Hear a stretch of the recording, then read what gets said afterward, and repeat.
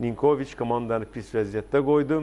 Baxın, bu futbolçu ardıcıl 2 oyundur.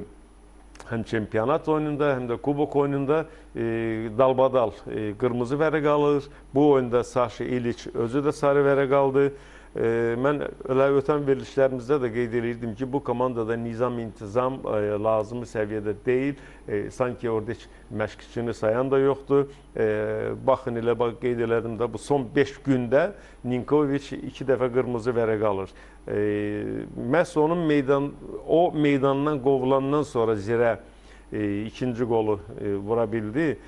Kubokda mübarizəni davam etdirməkdən uzaqlaşan Sumqayıt komandası çempionatda da heç işləri yaxşı getmir. Komanda artıq 3-cü yerdən 10 xal geridir və bu isə o deməkdir ki, komanda Avrokubokları bu il Avrokuboklara düşə bilməyəcək.